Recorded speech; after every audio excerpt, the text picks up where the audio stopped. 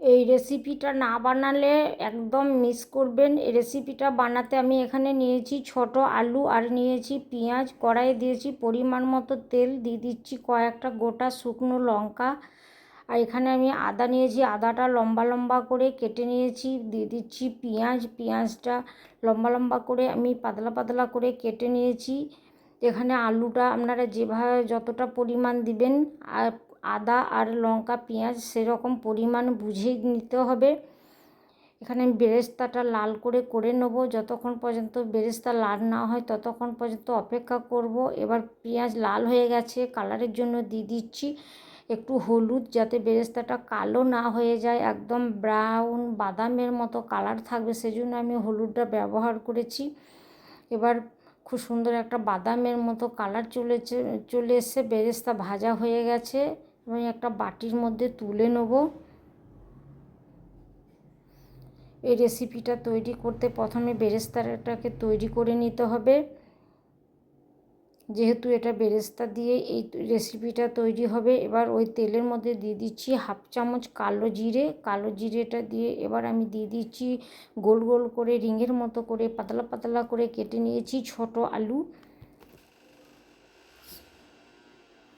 এখানে আমি 500 গ্রাম আলু ব্যবহার করেছি। আপনারা আলুর পরিমাণটা বাড়িয়ে বা কমিয়ে নিতে পারেন, আপনাদের সুবিধের মতো নিতেই পারেন। দিয়ে দিচ্ছি স্বাদ মতো নুন, হলুদ আর দিয়ে দিচ্ছি লঙ্কার গুঁড়ো। ঝালটা যেরকম খাবেন সেরকম বুঝে দিবেন। দিয়ে দিচ্ছি সামান্য একটু জল যাতে লেগে না যায়। এবার আমি ঢাকনা দিয়ে ঢেকে একবার করে এভাবে ঢাকনা দিয়ে ঢাকবো আর খুলে খুলে নেড়ে দেবো যতক্ষণ পর্যন্ত আলু সেদ্ধ না হয়। এবার আলুটা সেদ্ধ হয়ে গেছে। এবার গ্যাসের ফ্লেমটা আমি একদম লো করে দিয়েছি। লো আঁচে এই রেসিপিটা তৈরি করব। লো আঁচে এভাবে লাগাতার একবার করে থেমে থেমে নেড়ে নেড়ে আলুটাকে ভেজে নেব যতক্ষণ পর্যন্ত আলু ক্রাঞ্চি না হয়। আলুটা একদম ক্রাঞ্চি হবে। সঠিক পরিমাণে করলে আলুটা যাতে ভেঙে না যায় সেভাবে আপনারা এই রেসিপিটা তৈরি করবেন। জলটা সেরকম মেপেই দিবেন, বেশি জল দিয়ে আলু সেদ্ধ করে নেবেন না।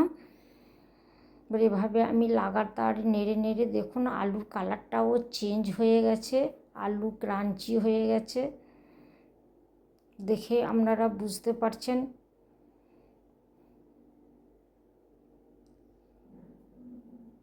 বাড়িতে ছোট আলু থাকলে অবশ্যই একবার এই রেসিপিটা তৈরি করবেন। দেখুন আলুটা একদম ক্রাঞ্চি হয়ে গেছে, একটা আলুও আমার ভেঙে যায়নি। আর এভাবে লো আঁচে আমি লাগাতার এভাবে নেড়ে নেড়ে আলুটাকে ক্রাঞ্চি করে নিয়েছি। এবার আলু আমার ক্রাঞ্চি হয়ে গেছে, দিয়ে দিচ্ছি উপর থেকে যে ভেজে রেখেছি সে বেরেস্তা দিয়ে দিচ্ছি। বেরেস্তাটা আলুর সঙ্গে খুব সুন্দরভাবে মিশিয়ে নিচ্ছি। দিয়ে দিচ্ছি শুকনো খোলায় গুঁড়ো করে নেওয়া জিরে আর ধনের গুঁড়ো।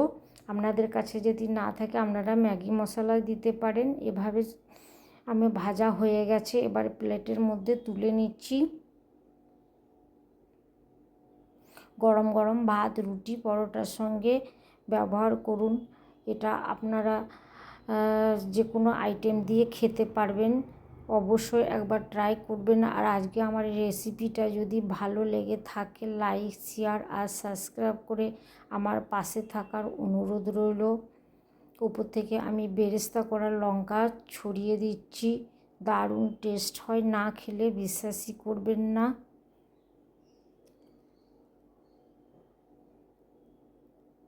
আজকের মতো আসি, আবারও দেখা হবে নতুন একটা রেসিপি নিয়ে। আল্লাহ হাফেজ।